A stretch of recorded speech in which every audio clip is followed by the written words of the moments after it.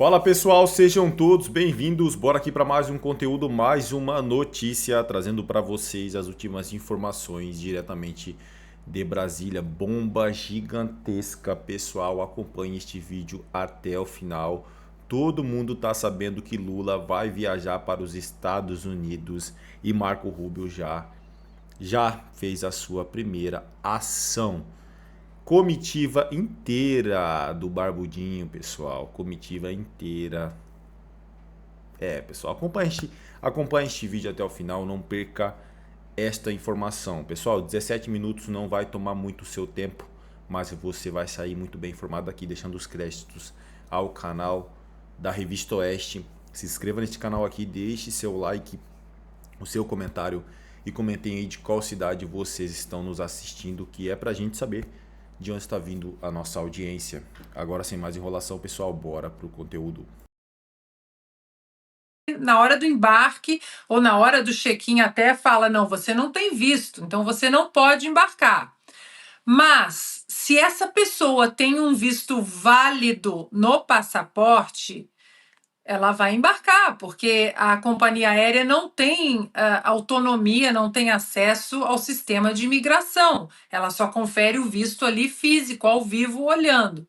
E aí vão ter que arriscar. Entra no avião, quando chegar aqui e estiver passando pela imigração, o atendente vai falar: aqui no computador o senhor teve o visto cancelado, vai ter que voltar. E aí, como é que faz? Arrisca?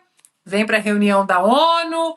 Enfim, vai ser interessante. Agora, os Estados Unidos, Paula, eles estão Quando eu comecei no design, minhas artes eram mais... Muita gente do Irã, do Zimbábue, muita gente não vai mais poder colocar os pés aqui nos Estados Unidos, e não custa lembrar que o visto para entrar aqui é um privilégio, não é um direito, como muitos falam, é um privilégio. Nessa mesma entrevista que o secretário de Estado Marco Rubio deu, que ele falou do Brasil, postei de madrugada, falei, vamos ver se o pessoal no Brasil está acordado, porque aqui as coisas estavam acontecendo, postei no X de madrugada. Nessa mesma entrevista, ele que estava em Israel, então, ou seja, está num fuso bem à frente, inclusive, do Brasil, ele disse também que em relação aos vistos, sejam eles cancelados por motivos diplomáticos, políticos, econômicos também, ou por tudo isso que está acontecendo com a morte do Charlie Kirk, as pessoas, médicos, neurocientistas fazendo chacota com a morte do ativista conservador, ele disse que simplesmente você não é bem-vindo aqui. Se você não gosta, ele disse, se você não gosta do estilo de vida dos Estados Unidos, do que nós defendemos, dos princípios basilares, dos pilares da nossa nação, da liberdade, você não é bem-vindo e você simplesmente não tem que estar aqui. Rapidamente, Paula, só uma notícia de algumas semanas.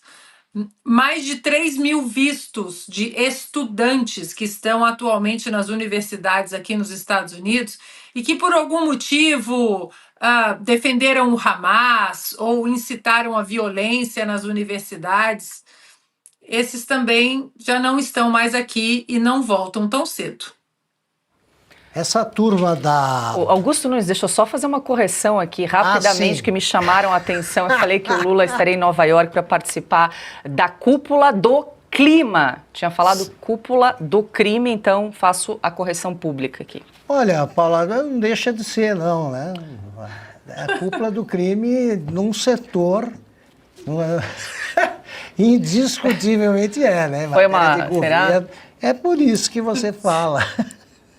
A Ana nem corrigiu, ela seguiu no comentário direto ali. Ana, você não acha que se devia recomendar... Porque parece verdade. Hein, Ana, você não acha que se devia recomendar a esse pessoal que vai na comitiva que leve uma bagagem de mão só? Não é bom tomar esse cuidado preventivo? Só uma mochilinha, porque pelo Vão que descobrir lá, né? O secretário de Estado aqui, o Marco Rubio, está empenhado em não deixar ninguém que odeia a América, que é o caso de todo esse governo do Lula, pisar aqui. É porque é um negócio engraçado, né? Eles querem viver nos Estados Unidos, eles querem instalar, eles querem visitar. E ontem, uma pessoa me chamava a atenção para isso aí. Realmente você não tem ninguém que vá para Cuba. Como repetem muito, vai para Cuba, vai para Cuba, ficou uma coisa muito... perdeu o peso isso. Mas pensa bem, ninguém vai passar férias lá, ninguém quer visitar Cuba, ninguém, nada. Não aparece um petista como turista em Cuba. Fica lá um mês, aproveita. A Venezuela também é Caribe ali. Também não querem mais conhecer o Caribe. E os Estados Unidos, eles adoram passear por Nova York. Né? Porque alguns ficam confinados aí naquela área da ONU, né, Ana? Tem gente que pode ir e ficar lá. Fica lá. Fica lá, tem uma vista bonita da cidade, mas não vai mais passear pela Quinta Avenida. Pronto. Não, só para lembrar uma coisa, a Ana já tinha feito menção a isso ontem, visto é uma concessão que o país dá a você, não é direito de nada. Com relação ao que o prédio principal das Nações Unidas fica na cidade de Nova York, há um acordo com o governo americano para conceder os vistos todos. Mas quem, por exemplo, faz essa segurança dos chefes de Estado, isso recai sobre o trabalho, obviamente, do FBI, da Polícia Federal Americana, e o próprio Serviço Secreto também atua nisso, porque o próprio presidente americano está lá, a Polícia de Nova York, e, claro, há interesses americanos ali, essas pessoas estão lá para tudo. Mas vamos lá, eu vejo com muita frequência vendo nas redes sociais, mas eu tenho direito. Não, ninguém tem direito a visto de lugar nenhum. Você só tem direito garantido a voltar para o seu país. O seu país não pode negar a sua entrada. O único lugar que não pode negar que você volte é o seu país. Todos os outros fazem concessão. O Brasil também concede visto ou não, libera o visto ou não. Isso é uma prerrogativa de cada país. Não ache que é direito garantido. Não existe direito garantido em visto, não. É uma concessão meramente eletiva. O país decide quando dá, quando tira, se continua, se não continua. Ponto. E cobra o preço que quiser do visto também. Bom, agora 18 horas. A Chia também está para ser pautada amanhã, pelo que dizem. Sanções afetam tanto que a imprensa não consegue parar de falar nisso. E olha que eu reconheço, nesse ponto eu reconheço, elas ainda não afetaram tanto quanto vão afetar. Nessa semana, ou talvez na próxima, nós teremos mais desdobramentos nessa direção. O que vai acontecer? Bom, eu posso dizer o seguinte, se você assiste o Paulo Figueiredo Show, você sabe o que vai acontecer. Dá para dizer que a nossa estratégia de fazer as sanções terem mais efetividade e efetividade máxima, pegar os institutos, pegar a esposa que é laranja, escritório de advocacia dos familiares, e quando todas as sanções tiverem afetado bem a vida desses caras, quando tiver tudo destruído, aí eu quero ouvir. Não muda a nossa vida institucional. Ora, quem que estava choramingando porque o filho teve que ir embora dos Estados Unidos, a filha, porque não pode dar mais aula nos Estados Unidos? Não, mas isso não está nos afetando. Gilmar, senta ali. Senta ali. Eu diria que as sanções têm tanto efeito que o Congresso está para votar para anistia, e vejam o que o próprio Gilmar diz sobre a anistia. Um diálogo muito profícuo, muito respeitoso e muito efetivo com o presidente Hugo Mota, com o presidente Davi, e temos toda a confiança neles. Eu estou convicto de que ela é ilegítima e é inconstitucional. Por que mesmo? Porque, de fato, se trata de um crime contra a democracia, uma lesão grave à cláusula pétrea básica do texto constitucional. Tá aí o Gilmar Mendes pagando de fortão para a imprensa, dizendo que tem um relacionamento muito bom com o Mota e o Colombo, e rechaçando a possibilidade da aprovação de uma anistia no Brasil. Isso foi ontem. Faltou combinar com o Hugo Mota, porque parece que ele está sim sentindo a pressão, e agora há pouco saiu a matéria na Folha dizendo o quê? Mota diz a líderes que pautará a anistia. O Planalto prepara a reação.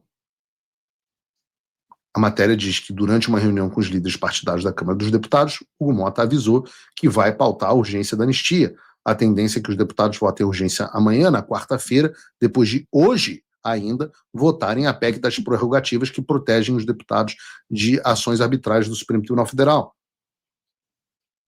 Parece sorvete tradicional. Amanhã haverá uma reunião que vai discutir os termos dessa anistia e da urgência. Todas as apurações que eu fiz nos bastidores dão conta de que sim, este é o caminho. Ou seja, nós teremos uma anistia pautada amanhã. Não tenho certeza, ninguém tem, mas esse é o caminho natural. Qual anistia vai ser pautada? Bom, isso vai depender de quem? De vocês. Porque hoje esse é o projeto mais importante do Brasil. Esse é o único assunto que deve ser discutido. Os deputados, os senadores, os presidentes do partido, todos devem ser pressionados por vocês por uma anistia ampla, geral e restrita. O governo Lula está se mobilizando e preparando uma reação, orientando os ministros a intervirem junto às suas bancadas partidárias, licenciando esses ministros dos seus cargos para que eles possam votar no plenário da Câmara, tentando convencer os deputados a se ausentar do plenário na hora da votação. E nós também temos que reagir. Não se enganem. O interesse do Mota, divulgando pela reportagem, pode ter certeza, é de uma anistia pau mole, anistia light, reduçãozinha de pena, sei lá o quê, sem Bolsonaro. Essa nós não aceitaremos. A anistia é ampla, geral e restrita. Entrem em contato com seus deputados, mandem e-mail, cobrem eles e pressionem o máximo que vocês puderem. Agora, uma coisa que eu li agora há pouco foi que essa história, não, nós já perdemos, a estratégia do Mota é votar a urgência para perder a votação, aí nós não teremos nenhuma anistia, nem a light, etc, etc. Eu entendo, mas eu odeio esses determinismos derrotados. Projeto de lei ordinário precisa de maioria simples. E a gente está jogando o jogo que tem que ser jogado. A dificuldade que nós tínhamos e que nós temos ainda é pautar. Óbvio que os caras vão tentar derrubar. Óbvio que o Mota vai querer sair bem com todo mundo. Isso é dado, não tem nenhuma novidade nisso. Alguém imaginou que o Mota fosse encontrar o nosso Senhor Jesus Cristo no caminho de Damasco e fosse mudar e voltar e falar assim, não, queremos uma anistia ampla, e fosse lutar pelo Brasil, e o governo falasse, é verdade, nós precisamos pacificar as coisas, e o Alexandre falasse, não, realmente, temos que deixar o Congresso trabalhar. Nunca, pô! Mas para isso que serve a pressão. Quem determina o texto que vai ser aprovado é a maioria dos deputados por uma votação de maioria simples no plenário. O Mota pode até tentar enfiar uma emenda ali no meio, esvaziando a anistia, mas se não tiver os votos necessários, ele não consegue fazer nada. Não é o Mota que decide o texto que vai ser aprovado. Não é como se nós estivéssemos impotentes e não houvesse nada que nós podemos fazer. Não há nada que nós possamos fazer para pautar o texto.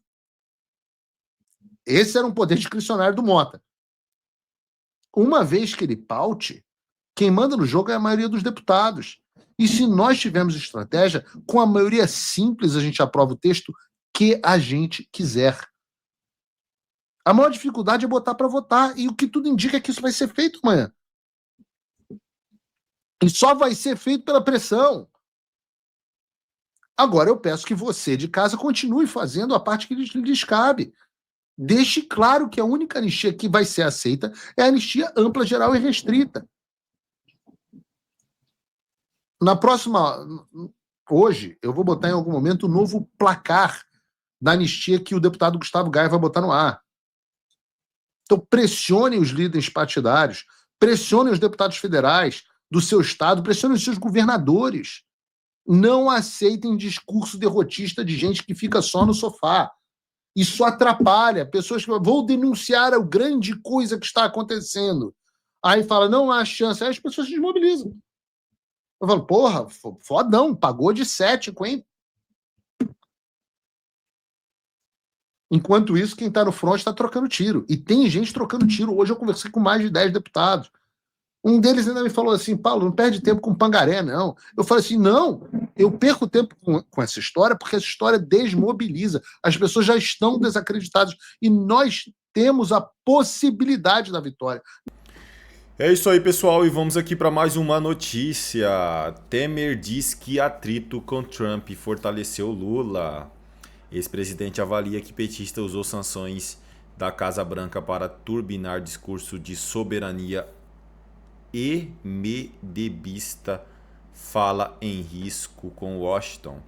O ex-presidente Michel Temer afirmou nesta segunda-feira que as recentes críticas do governo norte-americano ao judiciário brasileiro, assim como as sanções econômicas impostas pelo presidente Donald Trump, acabaram fortalecendo politicamente o presidente Luiz Inácio Lula da Silva. Segundo Temer, o chefe do executivo brasileiro se aproveitou da ofensiva diplomática dos Estados Unidos para reforçar o discurso de soberania nacional com apelo eleitoral. Esse gesto dos Estados Unidos recuperou a figura de Lula e invocou-se a soberania nacional, aquele discurso de que aqui ninguém põe o pé, levantou a história eleitoral de Lula, declarou durante entrevista ao programa Roda Viva da TV Cultura. Apesar do reconhecimento sobre o ganho político do petista, Temer criticou a conduta adotada pelo Palácio do Planalto e sugeriu que o presidente brasileiro deveria buscar uma aproximação direta com Trump. Nessas questões não se deve pensar em uma questão eleitoral, deve-se pensar no Brasil. Eu telefonaria para o Trump, o diálogo é fundamental. Você sabe que eu acho que ele atenderia o telefone e se atende começa um diálogo, disse. O ex-presidente também criticou o artigo assinado por Lula e publicado no jornal The New York Times do domingo. No texto, o presidente brasileiro faz duras críticas ao governo republicano. Lamento dizer que esta carta foi provocativa. Foi uma carta para o povo brasileiro. Lá na carta é dito que Trump é desonesto, que é falso, afirmou Temer. A tensão entre os dois países se intensificou após a entrada em vigor das tarifas de 50% sobre produtos brasileiros exportados aos Estados Unidos, decretadas por Trump no dia 6 de agosto. Desde então, Lula não manteve contato direto com o presidente norte-americano. À época, o petista declarou que tinha a intuição de que Trump não queria conversar e por isso não se humilharia para buscar entendimento. Um mês depois, em 5 de setembro, reiterou que Trump não quer conversar e que diante disso não tomaria a iniciativa. É isso aí, pessoal. Agradeço a vocês pela companhia. Se não é inscrito no canal, se inscreva, deixe seu like e o seu comentário, que isso faz uma enorme diferença. Valeu!